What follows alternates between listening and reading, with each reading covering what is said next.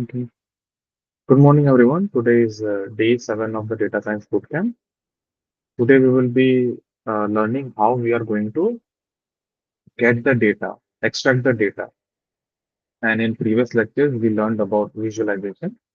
And now we will be moving forward with how we are going to extract data, which is one of the important things to do in data science. So I'll share my screen and we'll get started. Okay. So today we will learn data collection techniques in data science. Now, what is the agenda?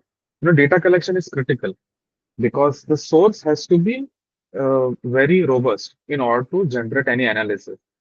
So we have to understand like from where do we get the data, how do we fetch the data, and then only we'll make sense of it. Let's say if we want to get who has scored the most runs in IPL or in any match, we have to collect the data somehow. So that is one of the better ways to do it. So there are certain data sources, APIs, web-based database files, and sensor. Again, I'll use the same example. So if you want to check like which batsmen are scoring more run, what kind of batsmen are scoring more run? Is it left-handed, right-handed? On what track they run? So there are two ways to do it. Either go and attend each and every match, take a pen and paper, note down the scores and add it, come back home, and then sort of like create your own database. That is going to be a lot of it may not be even possible. So a better way would be, let's say if we get an API from espncricket.com. Let's say if we are scraping the crickbus.com and then we are getting all the data.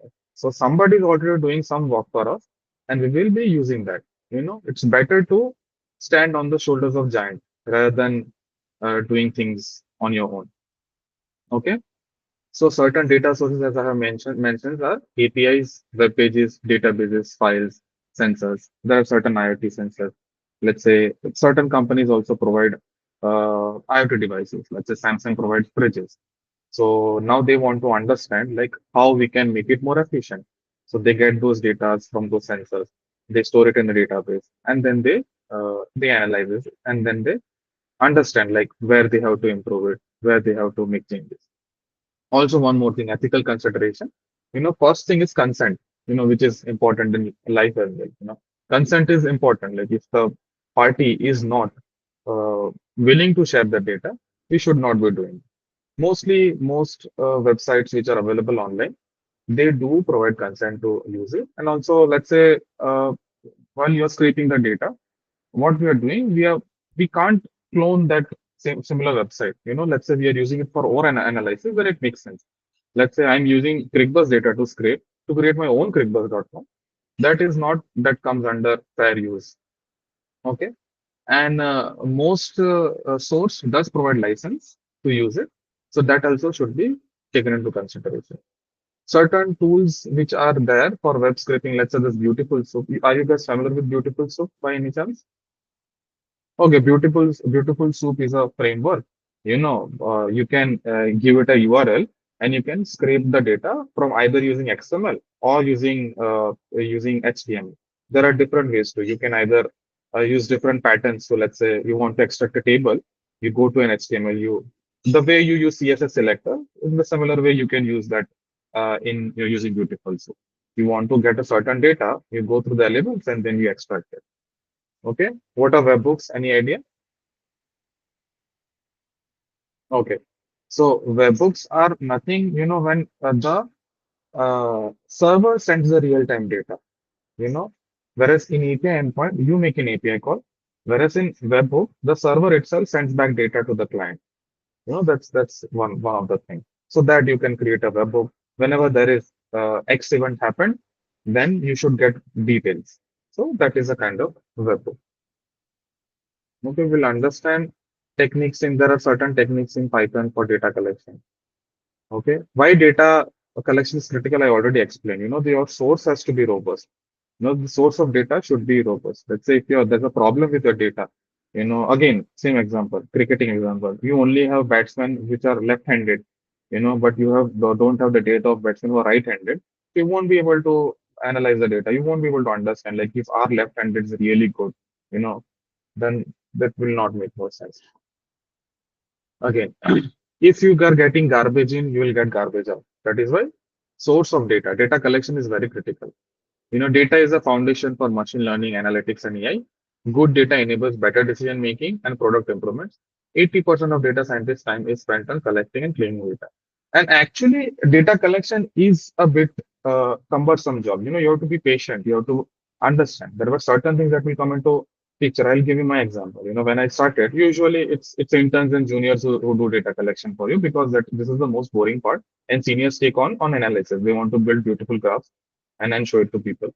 So when I started, there were certain problems. I'll tell you. I worked for an e-commerce company where I had to scrape data from Instagram, from Facebook, from Twitter, and everywhere to get what are the trending items. But there would be a problem. Let's say if I'm making a request to Instagram server, I can't make immediate request back to back. It will block my IP. Once IP is blocked, it is really hard. I have to sort of like clone my IP, set it somewhere else, use VPN. So that is something. So that you have to keep in mind. You make request after a few seconds, and you also, yeah, while you're scrolling it, you also have to have certain knowledge of JavaScript because if you hit Instagram website, you know, I know, no, back then it was different. Now it might be different. So you won't be able to get all the data. So after a section is covered, you have to scroll it. So you have to use the scroll dot down option. You have to call that function so that it automatically scrolls. So all of those can be used. Let's say certain website don't allow you to scroll, don't allow you to use API endpoint, don't allow you to use Scrapy and Scrapy or Beautiful. Scrapy is a better framework. I have always used Scrapy. Beautiful Soup is a library, whereas Scrapy is a framework. If you know other difference, then you'll understand. Scrapy will give you a lot of things out of the box. You can extract the data, create a pipeline, directly put it into a database. That is where Scrapy come into picture. Whereas Beautiful Soup will just help you parse through the web page and you can use it later. So these are the certain challenges. While you are first your IP can be blocked. Second, you have to have little bit of knowledge of JavaScript so that when the whole page does not load, what are the functions you can call? If you have to scroll down, you have to get all the data. Then there is Selenium. As I was making a point that certain website will not allow you to scroll through bot. Whereas Selenium, what it will do, you can create your own browser, you can create your headless Chrome browser, and there you can replicate as a user, and you can get those data. So these are the techniques of data. What do I say? Data collection. Then types of data source. Okay, again, types of data source. This is the easiest type. APIs. There are certain API. There are weather API. There are stock API. Okay, this is one of the easiest source. And even easier source is database. You'll already get structured data in database. Let's say you have access to certain SQL database, and it is the easiest way. Second is web pages, HTML content, blogs, reports, product pages. Again, let's say you want to analyze your competitor's page. Let's say you have a competitor who makes 10x times your revenue, and what you're targeting, what your team is targeting, that you want to have at least, not even if 10, at least like 10% of their market share. So first you have to understand like what is the most product that they are that is being sold. So how do you check it? You go to their website, you see which product has the most reviews, which product has the most engagement, all of that details you have to check. To get those data, you have to store it, and you have to tell it to your team that these are the data, and that's happening. Okay, files, census, and logs, as I told, these are the examples. These are the types of data sources. There are multiple sources, but these are the sources that you can at least think in mind. Okay, again, ethical consideration. Always check terms of service before scrapping or collecting data. Because see, while you are doing it for your company, your company can get into legal action. So leaving trace behind, the IP, if you are seeing certain IP addresses which are part of your organization, and if they are denying it, and if you're still using it, you can get into legal troubles. Respect robot.txt. Robot.txt will give you the detail, like which file you should scrape, which file you should not scrape. So they already are present in robot.txt. Mostly SEOs uses this robot.txt. But while we are scraping also, we also should use robot.txt. It will tell you like these are it will have the site maps. It will tell you like these are the pages I want you to scrape. These are the pages I don't want you to scrape. So that is something you should look into consideration. Attribution and licensing. Can you use this data? Give credit where required. That's actually fair. Let's say if you're using a weather API which is available freely, and you are not giving it credit, So when you give credit to certain website, it's not that they will be benefited. Other developers who are using your tool also would know that this is how I can build it. Okay. Consent. If collecting personal data, informed consent is necessary, which is fair. Data collection must comply with the laws of GDPR and CCPA. So yeah, like while you are doing it, it should be GDPR compliant and CCPA compliant.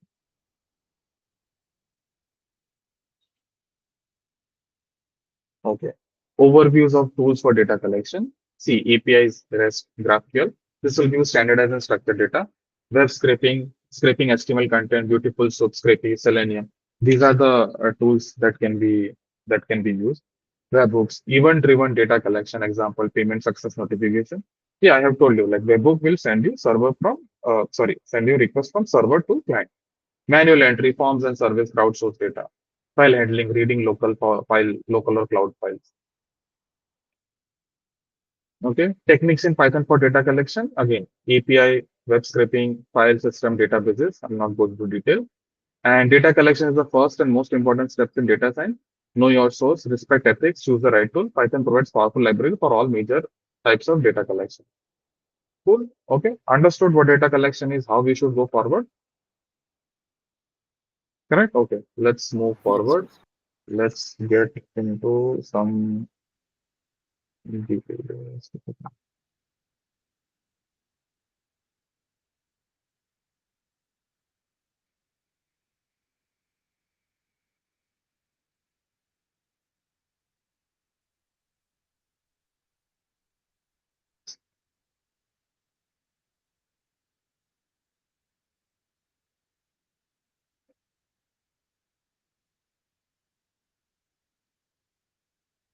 Okay, let's do beautiful soup.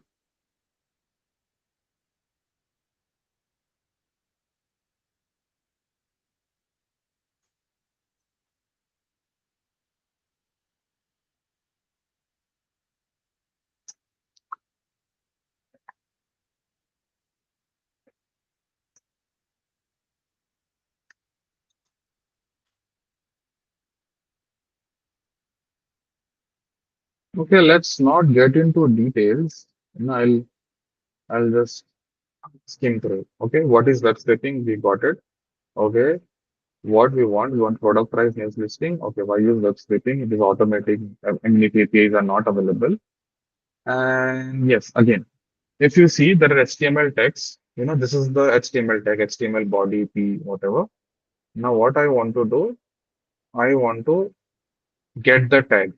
So there are certain selector. Either you can use class selector, ID selector, tag selector, price, whatever. Okay. I think if we go through the documentation, that would be better. Um,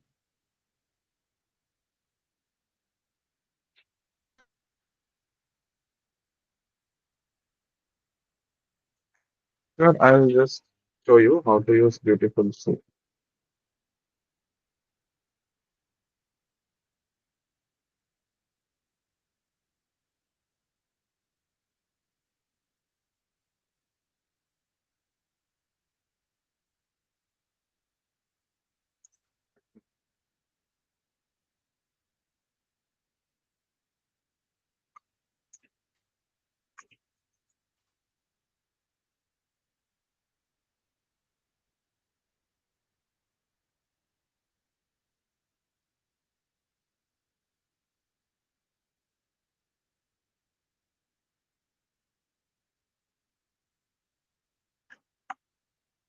It's taking a while to open the Jupyter notebook. Yeah, so far.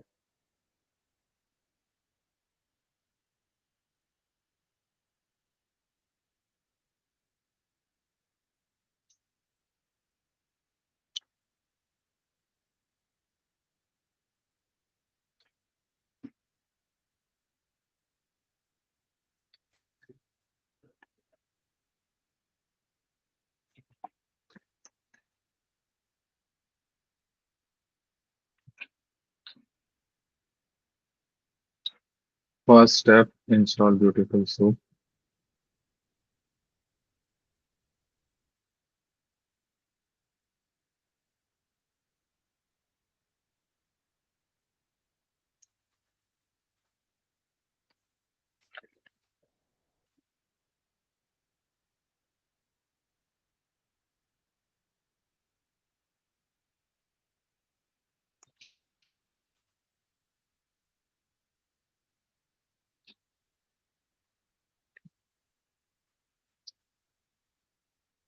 Yes.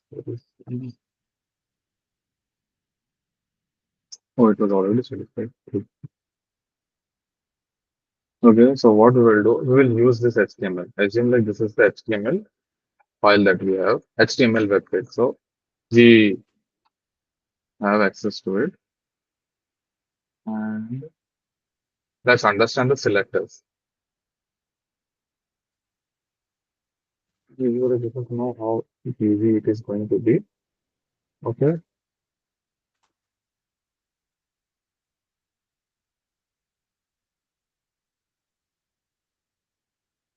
Hmm. First, we print soup dot prettify. Okay, we got a pretty. See, what we would we use beautiful soup constructor. We are passing two arguments, which is HTML, and what we want to use HTML parser. Okay, easy. So what we are going to do, and as you can see, there are certain tags, HTML tags and all that. Like if you want to get the title, how is it is going to be soup dot title. As you can see, it has got the title tag. And if you want to find the text, then what you have to do?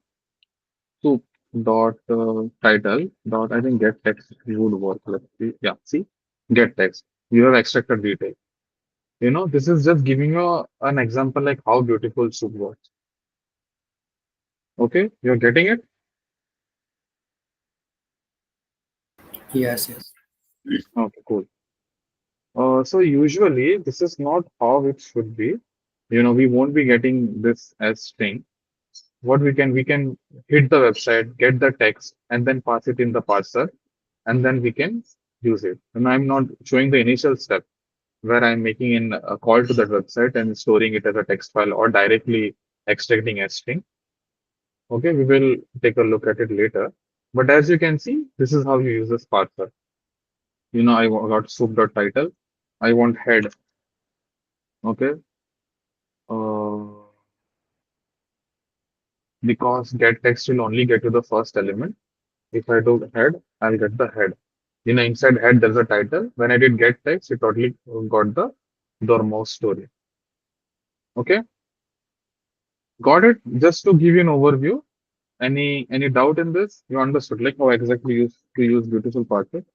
At least the initial steps.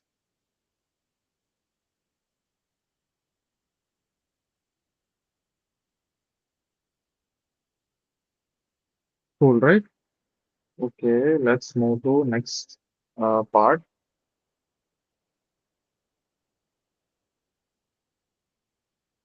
Are you guys familiar making API calls?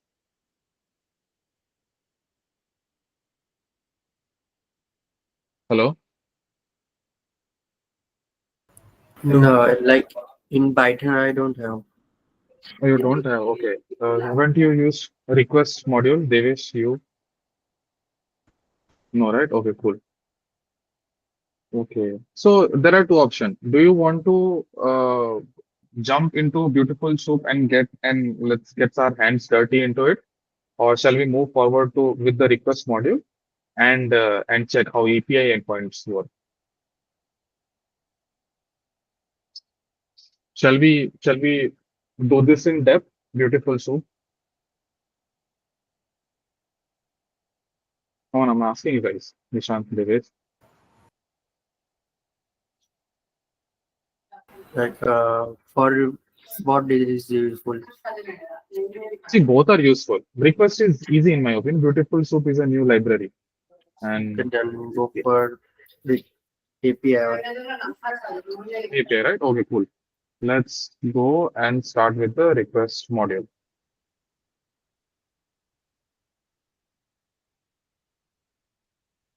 So what we are going to do?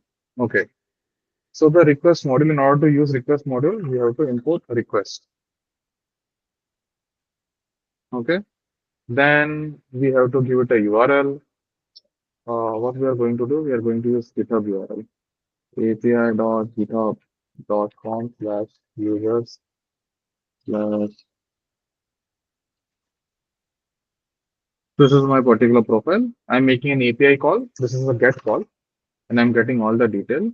So what I'll do, URL is equal to this, and now I want to get the data. RES is equal to request.get, which is URL. And what data do I get? Okay, it ran res.json. As you can see, I got all the data. This is I'm making a get request. Okay. Usually while you're scraping the data, it is the get module that is going to be helpful. Post request when you want to make changes to a database, get request when you want to fetch detail. And this is how you make use of the request module. Okay. There are certain status code. Yes. Let's say if I want to get the status code, it's probably going to be 200. Yeah, it is 200. Okay. It's cool. So this is how we are going to do it. Let's say I have list of users. Can you guys give me your GitHub ID if you guys have it? Yes, I have. Okay, give me your GitHub ID. Paste it in the chat. Yes. Okay.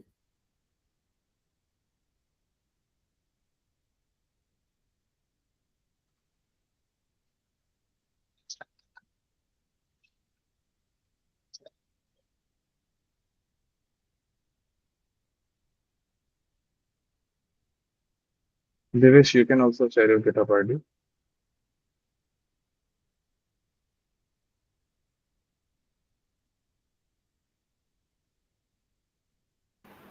I pasted in chat.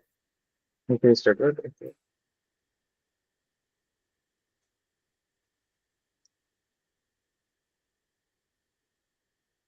Okay, we have set of users. Devesh, do you have a GitHub account? I'm sharing. Okay, cool. We'll start with the logic. So our task right now is, let's say we have a few users and we want to get a detail and we want to store it in the database. We want to, okay, what are the details? Let's fetch, you know, uh, let's create a table with location, bio, and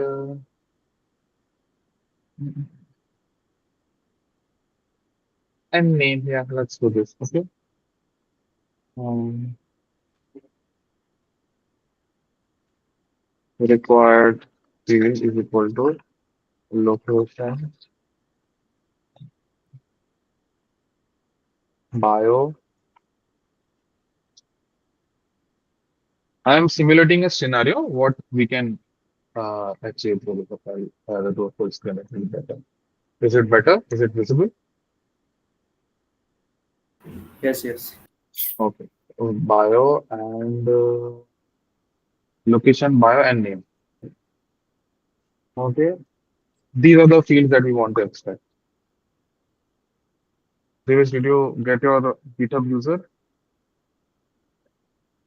Can you share it?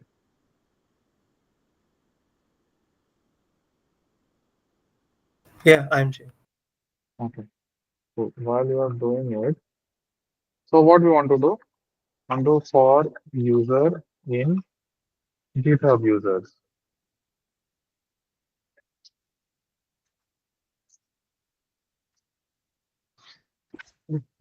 We have to create a dynamic URL, which is uh, user URL is equal to URL plus GitHub users plus GitHub user, and this user URL will be part of this. Okay. Then we only want the details from There will be request field. URL plus user. I don't know.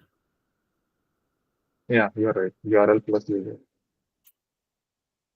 URL plus user and request dot get user URL. We got the detail. Then this will return a JSON, but we only want required field. For now, let's just print it for field in required fields. When it's an array, use a plural. That's a better naming convention.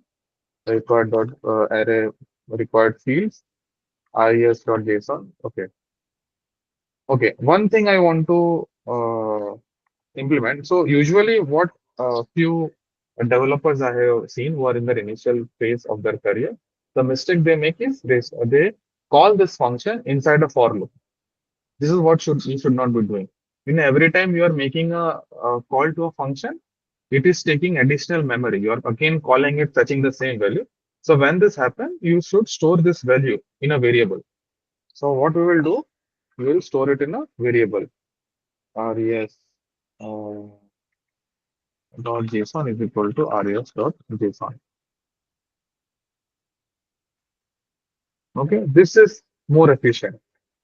In like 3 4 fields, it will not show you, but when you are doing a lot of what do I say, working with a large number of data sets, this will be efficient. Okay, request.json, we want field. We want field. Full. And let's say there is a function save to database, save to DB, and here you pass all the values and it saves to the DB. Okay, making a call to your SQL server and saving it. While I am running it, okay, it is making request. res.json is not defined. We're running it. Devish, what is your username? Okay, got it. Chaudhary underscore Devish. Oh, it does a dash.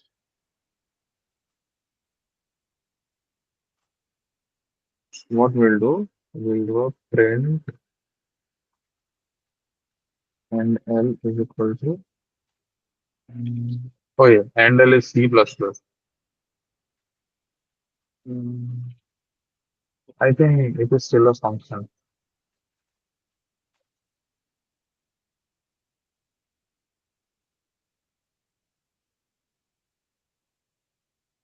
Location. There is a problem that is location. Res.field, res.json. Let's see where is the problem.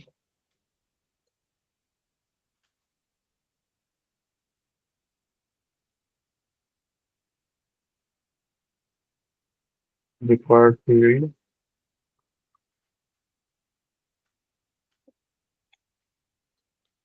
res underscore json. Putting a message not found.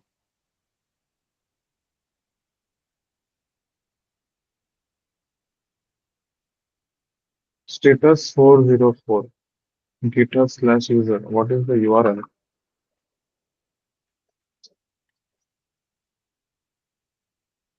Oh, okay. See, I did not run this. Yes, yes. When you are running in Got a it. notebook, put all the variables in a single cell.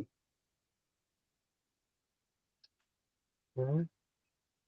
What I'll do, okay. Then if I run it, then instead of print res, I should be getting all the fields.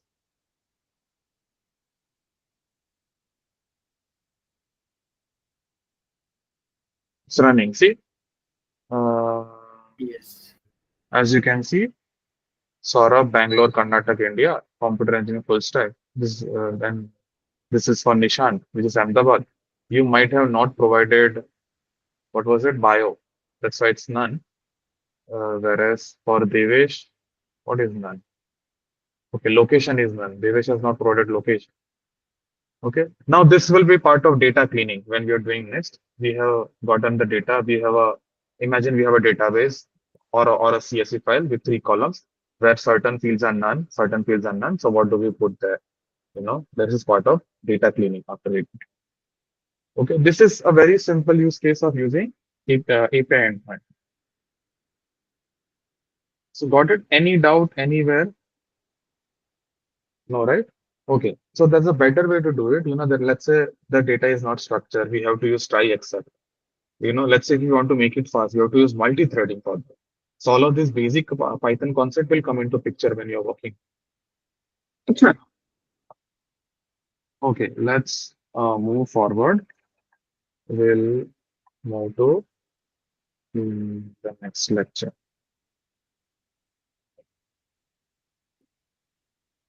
Hmm. Maybe let me show you one thing.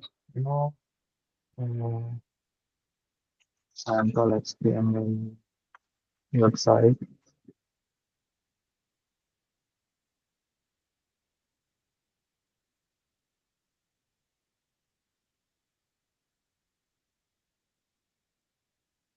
Okay. This is the website. What I want to do, I want to use it along with beautiful soup. Hey, yeah, I forward. Like you guys have to note it down, right? Okay. Do one thing. Instead of beautiful soup, like start with request. And once you're finished with it, let me know. Or instead of user URL, what I'll do.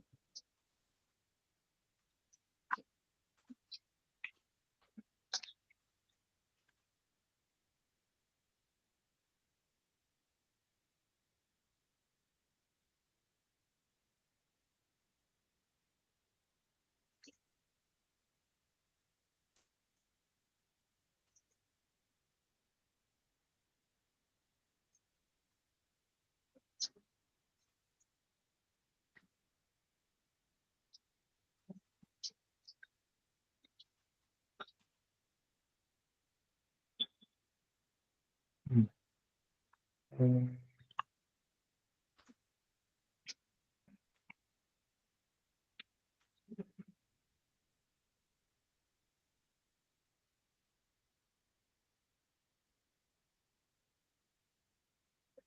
Okay, finish writing this, and once you're done, let me know. So at least you have a basic understanding of the request model. Cool. In the next lecture, we are going to. I've shared the variables in the chat. In the next, sorry, going forward, we are going to use request and beautiful stuff together.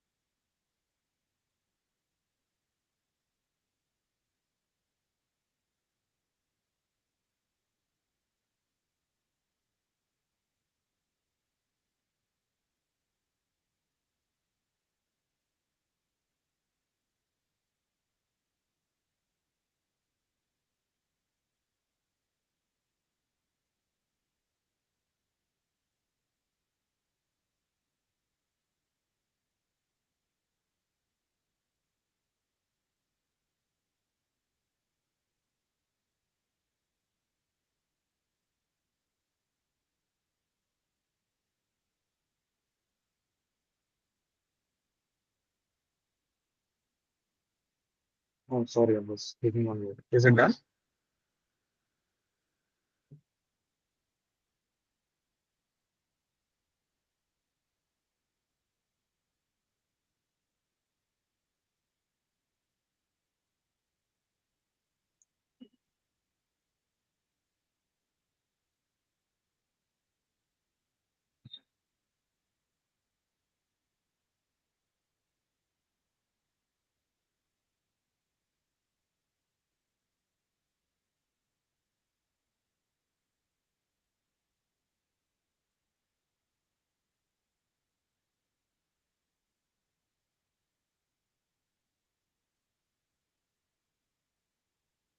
Yeah, done.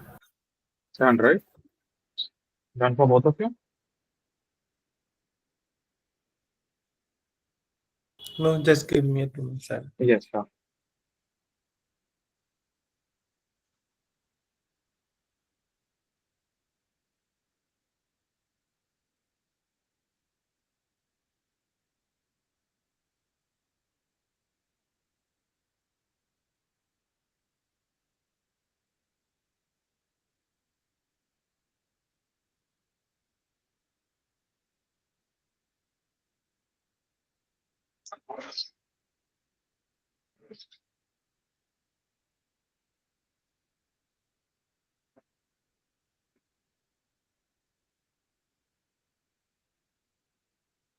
Okay, while Devesh is working on it, um, after this, next we will work on Scrapy. Scrapy is one of my favorite data extraction framework. You know, it has everything out of the box. So mostly I use it. When it's a small module, I particularly use beautiful soup and request, and that's how I do it. But when let's say there's a large web page, then I use Scrapy. You can see in line number, I mean, in block number 27, I wrote a for loop, then I did it. It's not one of the, not very efficient way to do it. What Scrapy will do, Scrapy will create crawlers. You know, it will create multiple requests all at the same time. I don't have to write code for that. It will extract it and store it in a structured manner. So in a separate class, you define a structure, and there, according to that structure, it extracts the data, and then it can easily store into database. And it has a lot of things that comes out of the box. So usually, I use that. Devesh, are you done? Okay, cool. Uh, okay, now as you can see that here we did this. You know, we got the HTML doc, we posted in the string. Usually, if you want to do it, it should be like this. Now I'll write it in a single line is equal to request. Did I? I'm already imported. Request dot get. Okay, let's take this request dot get.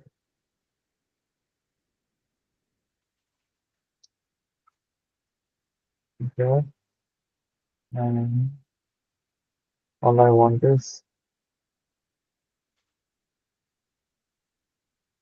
alias is equal to alias dot text to do it. Let's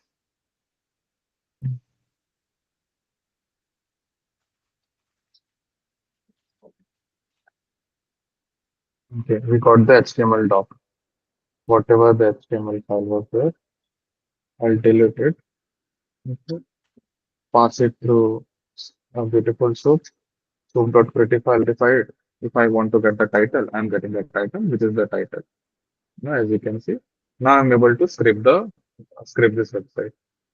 Okay, let's say I want to get when you're creating web pages to use HTML. This particular thing I want to get. How I'll do it? I'll go to inspect element and I'll do a select. This is div.article.content. Okay, this is what I want as text. What is the selector?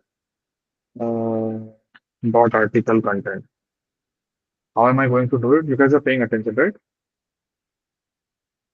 Okay. Yes. Dot div. Um, I think dot CSS would do it for me. Sorry. I am selecting a class. Okay. And inside there was a text. Let me see. Get CSS. Um, beautiful soup CSS selector.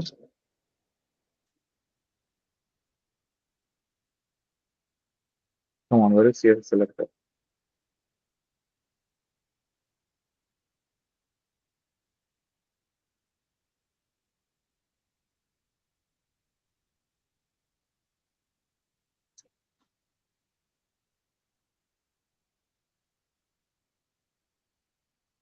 Hmm. Okay, soup dot select one. Okay, soup dot select. Where is it? Soup dot select one.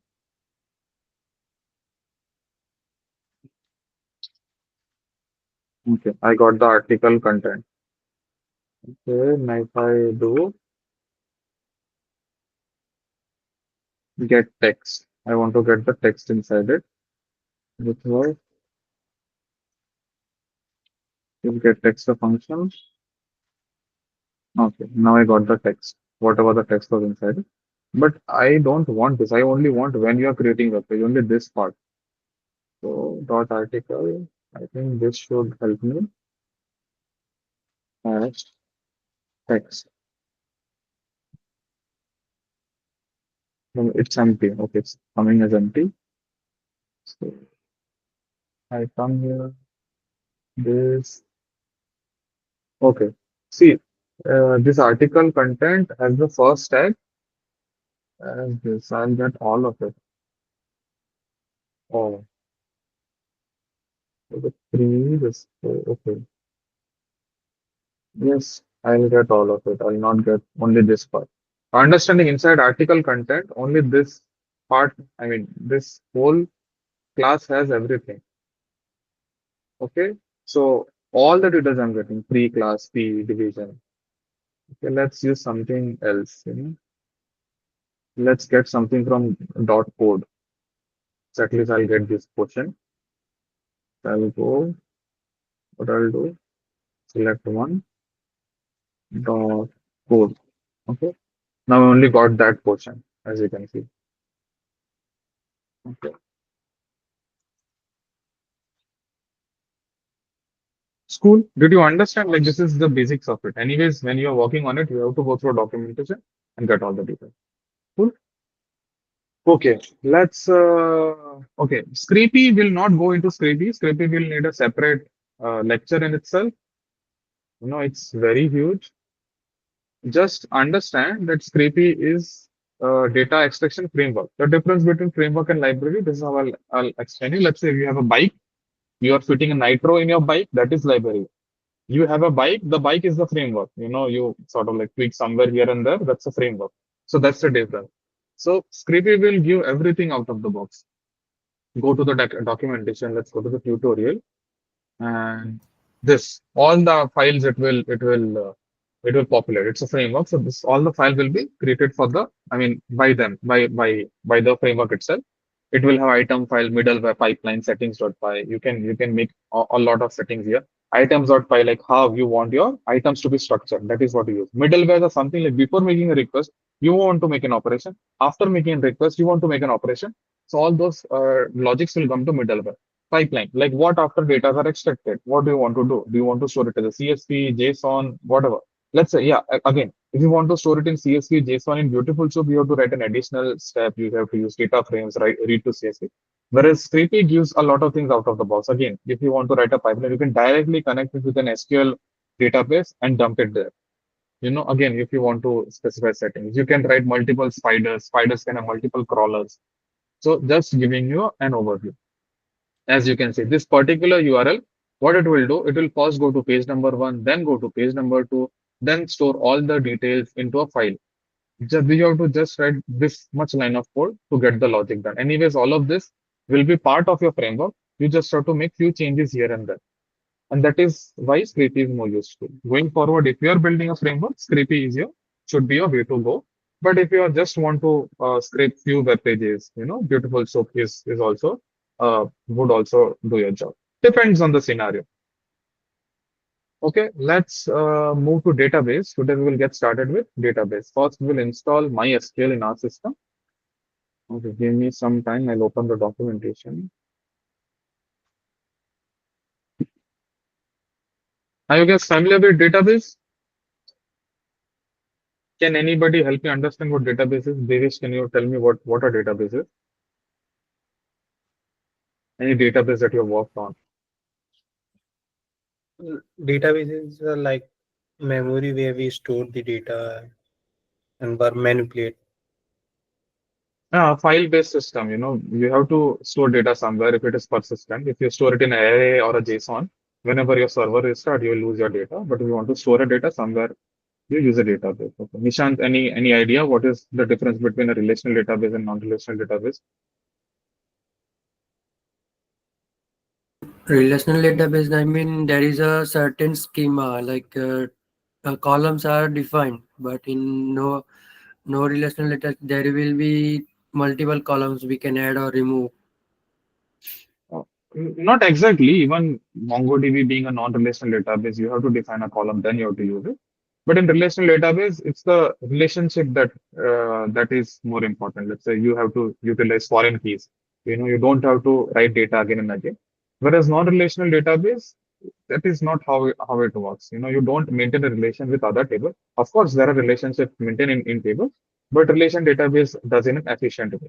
Non-relational database are used to store unstructured data, whereas relational are mostly used to store structured data. In relational database, let's say columns or files are missing or foreign keys missing, it breaks.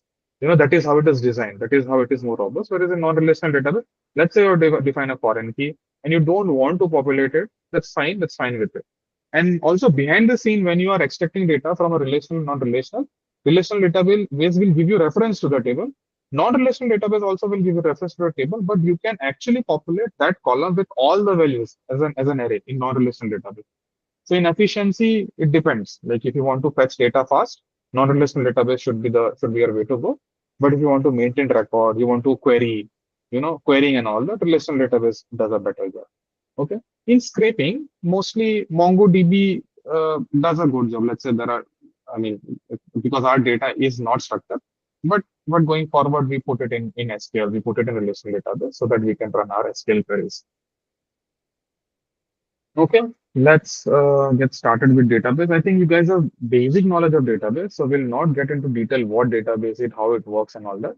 We'll quickly jump into MySQL installer. Let's do one thing. And Nishant, if you can share your screen, we will install first on your system and simultaneously, or how shall we do? Shall I install it, or and you guys watch it? Maybe let's do a code along. I'll install it. You also follow the same step. Cool. That would be better.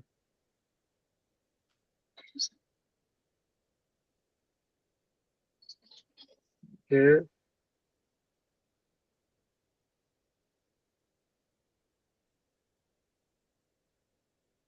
Okay, we will select the latest version, Windows. I'll use the full version. Okay, we have to log in. I'll sign up. I think let's not, I mean, sorry, I missed it. You don't have to log in. You can just start your download.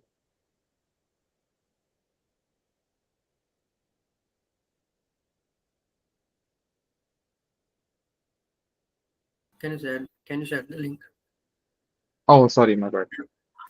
Um,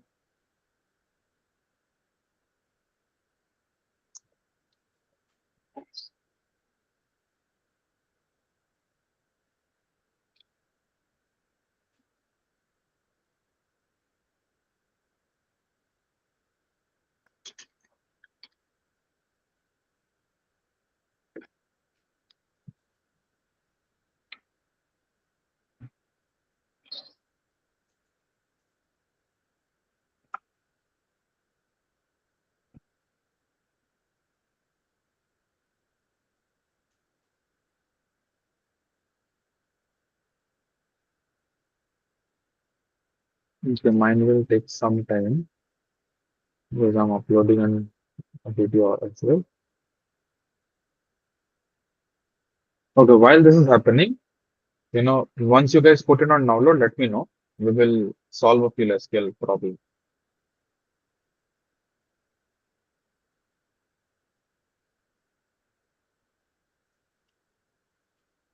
Are you guys familiar with this particular website, Devesh?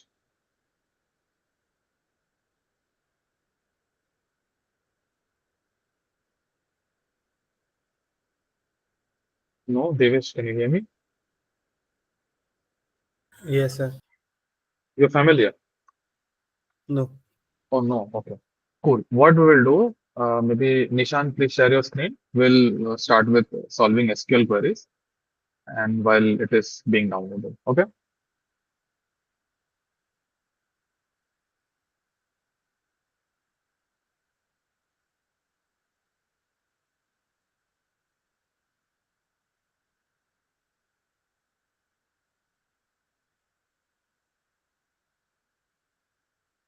Okay.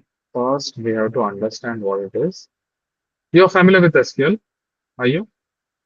Okay. Same Devesh, you are also familiar with SQL. Devesh, can you hear me? Yes, sir. Okay, cool. Let's understand this.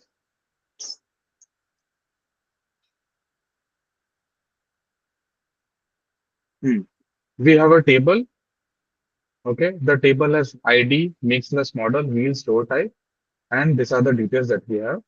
Okay. Let's go ahead and start with lesson one. Go to lesson one. Let's get started. Just jump into the exercise right away.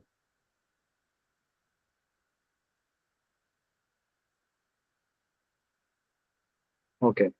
Let's solve it. Okay. Find title of each field. How do you do it? You want to have title column from each field.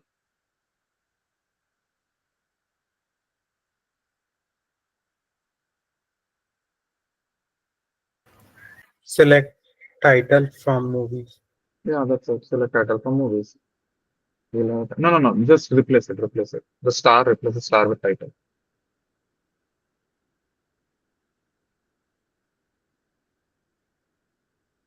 Done. Find director of each film.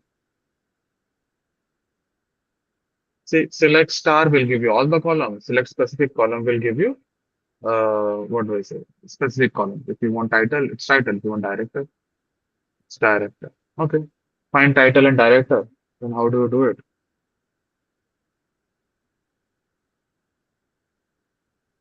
Hmm. Title and year.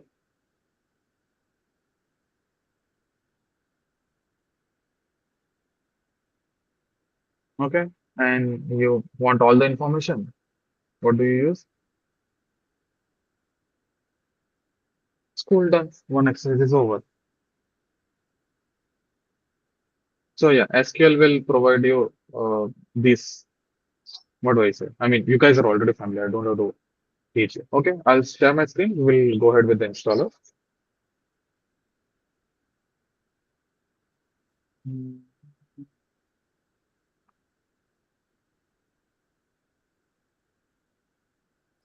Just a second.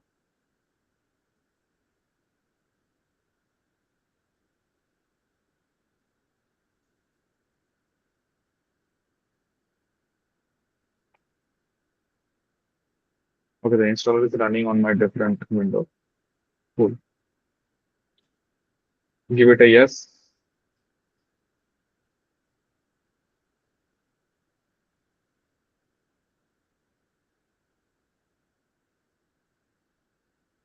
Okay. You guys are doing it along with me, right?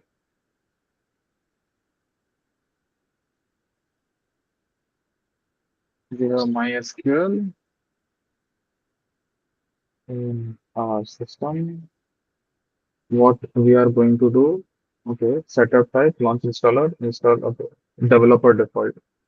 I think install MySQL product, client only, install MySQL product without a server. No, we want full. MySQL product, custom analyst, select the product. Mm. I think let's install server only. We will be okay along with other product. Okay, let's install the server. Okay, and we execute.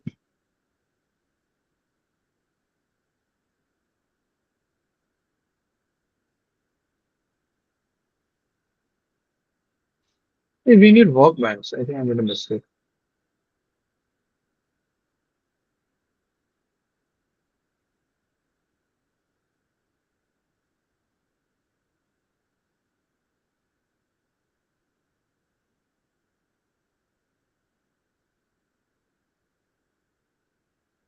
Hmm. Use strong password. Okay. Set a password and remember it.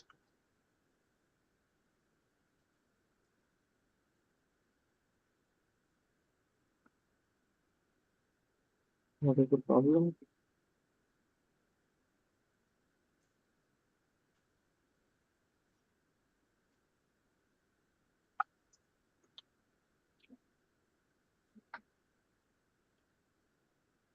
Hmm. Let me add a user. Okay, I'll add a user so that I'll have the user every time I log in, but let's not add it right later. Next, grant full access. Using window, power, okay, execute.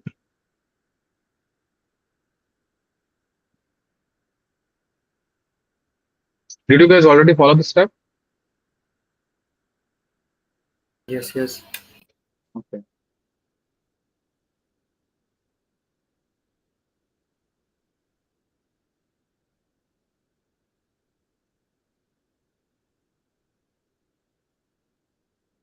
So done. Next. Okay, I don't want to check the log. But one more thing, I wanted workbench as well. So again, we'll go back.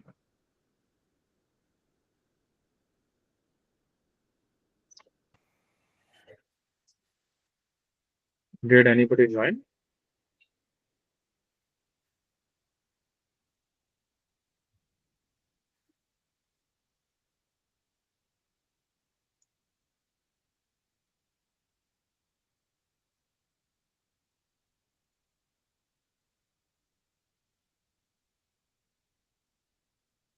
Something I'm checking application. Yeah, I wanted workbench. How do I push it?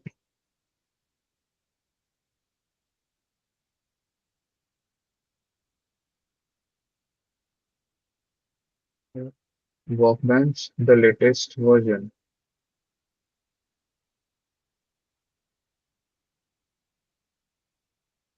Okay, you guys also follow this up. My bad. We also wanted workbench. So SQL Server will be the background server. Workbench where you can write your queries to execute it. Okay, did you follow what I was doing, or shall I help you guys? It is already done. Oh, workbench done. Nice. What about you, Nishan? Like how to drag the workbench to install. Oh, share your screen. I'll show you.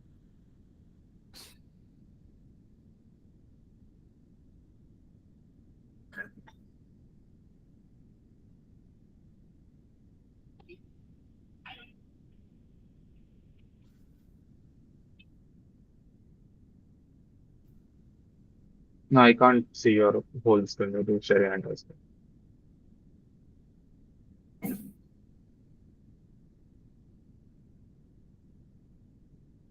Like this. Yeah, click on that plus sign.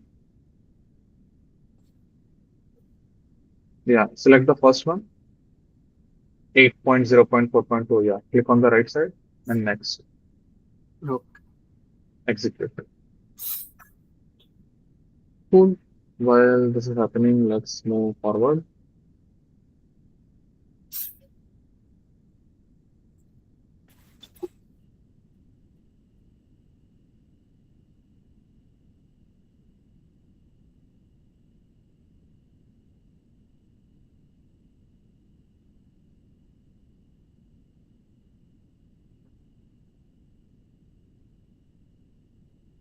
Just a second, I'm setting things up.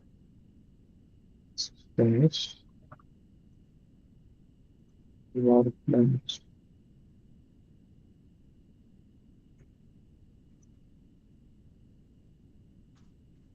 Okay, open Workbench on your system.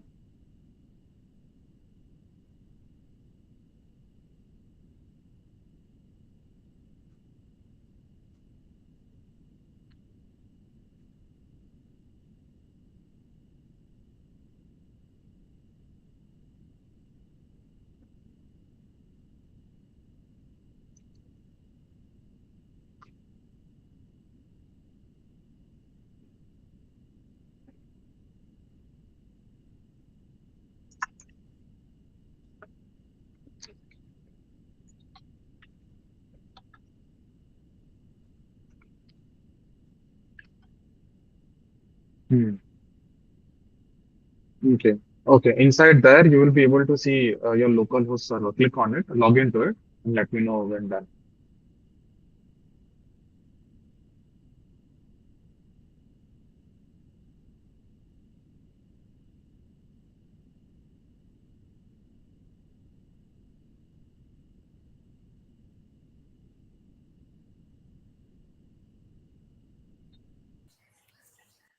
These options are not coming in my Huh? workplace.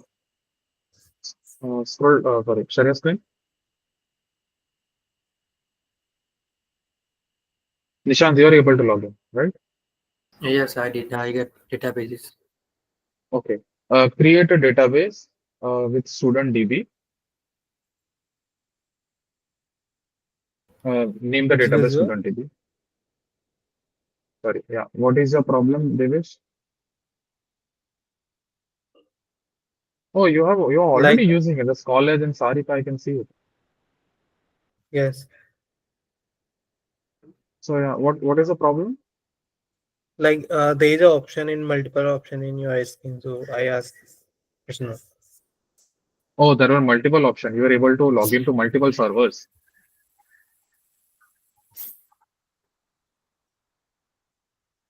No, in the left side of your screen, there is a coming like different Oh, the functionality. navigator. I'm okay. Okay.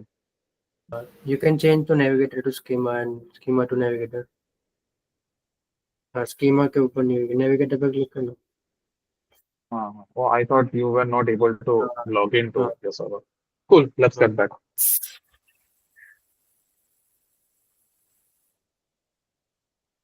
Okay. Stop sharing. I'll share it now.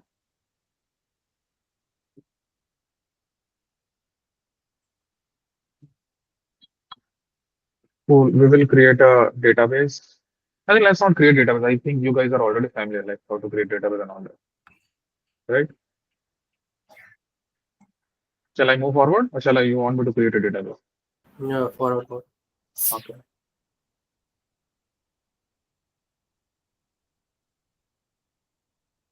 Cool. Anyways, I have to create database because I did not have any database. Create database. Database name is student DB. Okay. Student DB created.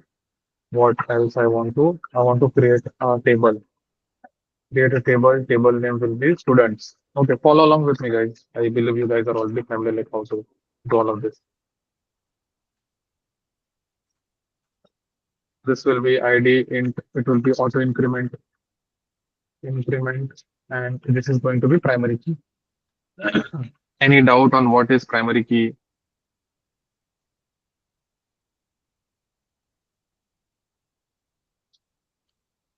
Folks, Devesh, Nishan, you guys are familiar, right? What I'm doing right here, I'm creating a table with column ID.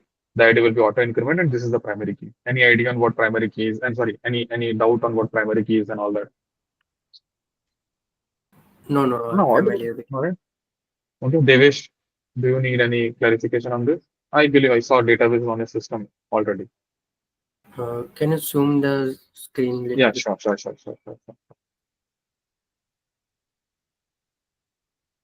Cool. Shall I move forward? Devesh, you there? Yes. Yes. They, okay, cool. Okay, we are creating a table with columns, first ID, then it is going to be name, then it will be varchar, we're giving it 100. Okay, there are certain constant that will provide. It should not be null.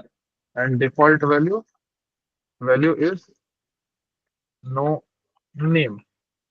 Cool. Again, another column is age, int. Okay, email, again, it is going to be varchar and 100. One more constant, it has to be unique. Okay, admission date. Admission date, it has to be type date. Cool. Is there any problem anywhere? It says there is a problem. What is the problem? Okay. Okay, we will be creating table students. Okay, before that, I have to use student detail. Yeah. Use. student DB. Cool. I'm using the student DB database to create student table.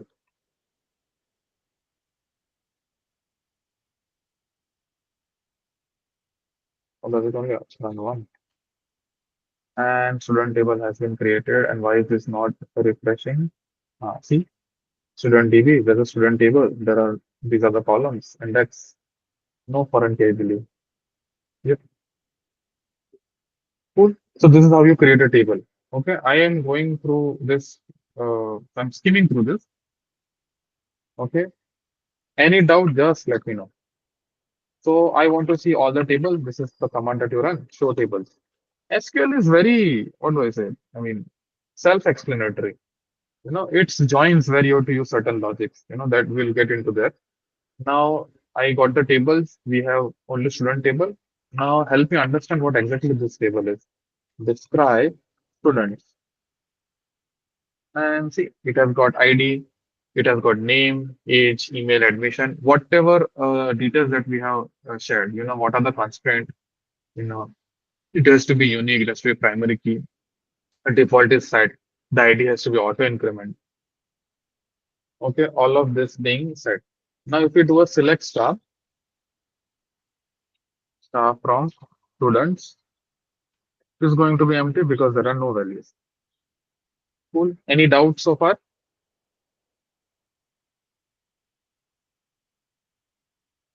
Come on, guys, I need feedback. No. No, right? No. Cool. Just give me 1 minute.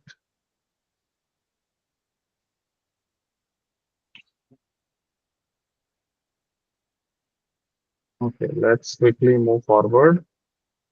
And okay. Okay, then what we are going to do, we are going to check like how do you rename a table. In order to rename a table, this is the command. Rename table, the old name, table name to new table name. Let's not do this. We want to drop a table, use a drop table name. Okay, is a drop table name. You want to rename a table, use the rename command. You want to drop a table, that is delete a table, use a drop table name. Then you want to rename a column. What do you use? Any idea? Anybody? I believe you guys are familiar with it. Nishan, Devesh. Okay. It's alter table. You want to alter table name, whatever the column you want to rename, you rename from the old column to new column. Got it? Just remember all of this. Don't like mug this. If you want to make changes, use alter command. Anyways, you'll go into documentation, you'll find it what exactly is the command needed. You want to delete a table, you drop it. You want to Similarly, you want to select, you select it. That's it. It's that easy. In alter table, alter table, if you want to make changes in the table, use a rename. There is a rename command for that. There are drop command if you want to drop a column. If you want to add a column, there is an add command. So I'll put down all of it. Alter table name, drop column name. Now, if you want to modify a column with new constraint, let's say there is a new column. Now it was, let's say, float. You want to convert that into string, or let's say the value should be less than 99 or any constraint, then use modify. Okay, you don't have to remember any of it. Just go through it one time, and then you will want to understand. Mostly this particular command, which is modify column after column. This usually is not required a lot. If you want to change the series of the column. Okay, let's say you want what do I say? Age before name, name before age, email before admission, and all that. It's not used that much. So we will just again review through it. On close.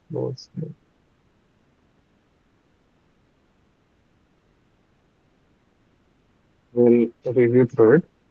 You want to rename a table, rename command. You want to drop a table, drop table name. Okay. If you want to make changes in a table, then you have to alter the table so that you can change the column. Okay. Alter table, rename column, alter table, drop column, alter table, modify column, column name with new data type. Now alter table with, let's say you want to change the, what do I say? Chronology, the way which side is, yeah. You want to change the chronology, this is how you do it. Okay, data type after whatever. Got it? Any doubts here? No. No, right? Okay, cool. So what we are going to do? Okay, let's insert few data into our table and then we will change it. Okay, do a code along. Let's change the students DB to, what do I say? School DB. How do I change it?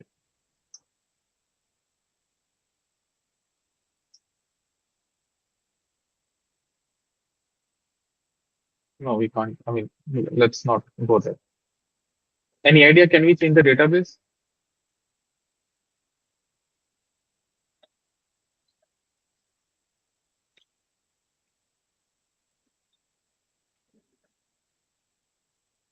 Hello, am I audible? I guess we can't change the database name. Yeah, we can't change the database exactly. Yeah.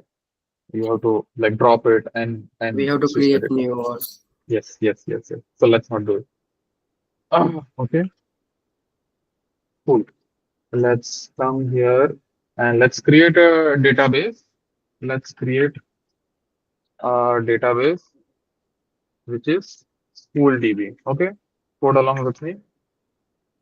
Done. We want to use school DB, which is use school DB.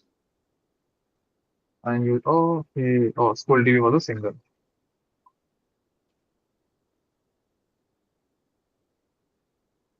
School DB. Now I want to create a table student. Okay, I'll share the code to create the table. Uh, Share it in the chat.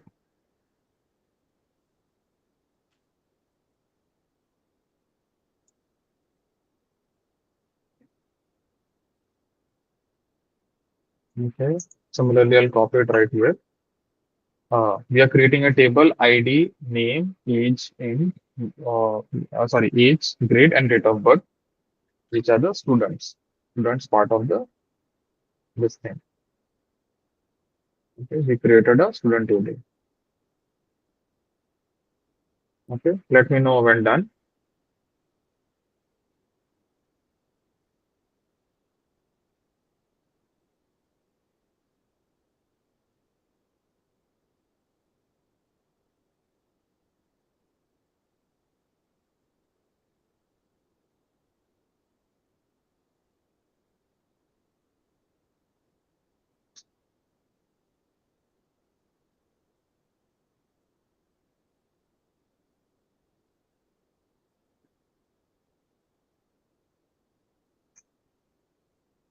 Is it done?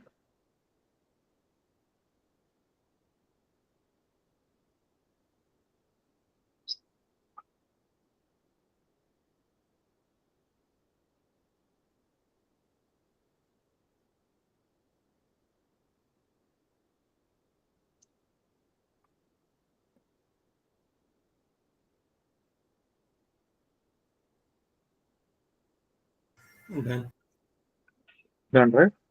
Okay. Now we want to insert into a table. Okay, how do we insert into a table? Anybody? What is the Insert command? into Insert insert command into. Okay, we table want to name. insert into student, which is table name. Okay, not student DB, insert into student. And how do I insert into, like, what is the next? ID, name, age, grade, uh, date of birth, date of birth. Okay, and insert a table. Okay, student. Why is it right? Okay, because I haven't closed it. Okay, these are the in the column the values that I want to store it one, and let's use something else. Aisha Modi always. Okay, then age is 16 and they are in 10th. Okay, it's a string 10th. They're in 10th and date of birth is let's say 2007 705 15.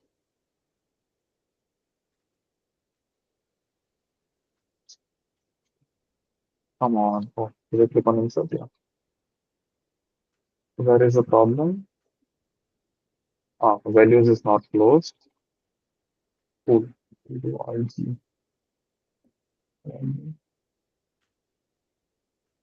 Okay. See, insert into student ID column this. This is one way to do it. Now, if I run it, will it work? Let's see. Yes, it did work. Now, see, this is going to be very cumbersome. You know, you if you want to do it for student, you define a columns and then do it. Do you know any other way to do it? Let's say I want to insert a bulk data. Like any idea how do you do it?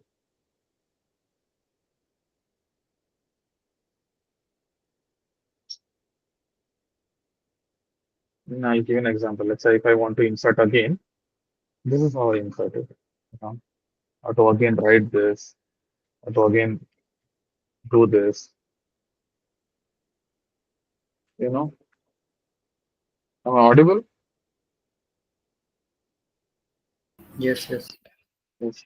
So this is not how, I mean, this would take a lot of time. So there is an easier way to do it, which is this is how you do it. Insert into student with the column name and values you can pass them as, I mean, it's not tuple in SQL, but it is, what do I say, values directly. And once you run it, you would be able to get all the data. But since we did for Aisha already, let's see what we get. We will have two Aishas. Columns. Let's verify the data, whatever data that we got, which is select star from student. Okay, we got all the data. Okay, it was Aisha Khan. I did Aisha Modi, and the datas are null. Cool, because here I did not specify the data. As you can see, only grade was specified, whereas date of birth was not specified here. Okay, this is how you do it. Okay, cool. We'll keep the lecture till here. What I'll do, I'll share the code. Maybe you guys can write it for yourself.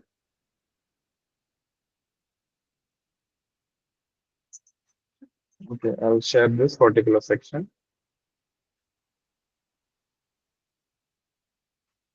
So I'm skimming through SQL lectures, which is an assumption that you both are already familiar, like how to insert table, how to write a table. But going forward, this is going to be useful. Okay. Okay, so we created a database, SchoolDB. We created a table, student, where we define the columns and we are inserting the values, and then we are using select star to fetch all the values.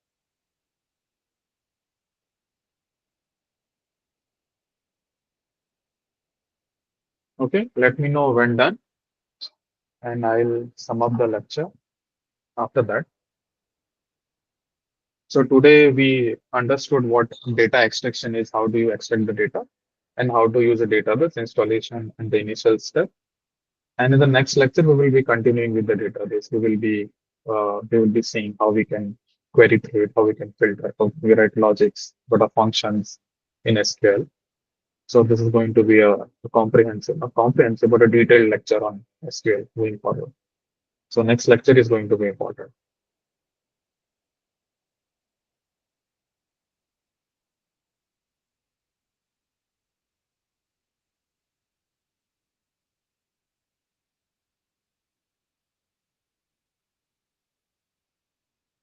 Is it done, guys? Done. Okay, cool. Any doubt anywhere? No. No, right? Okay, then see you next week. And yeah, we are also conducting daily sessions, half an hour session to practice pandas and numbers. So see you tomorrow if you guys are joining. Okay. Okay. Thank you so much Yeah. for attending. See you. Bye.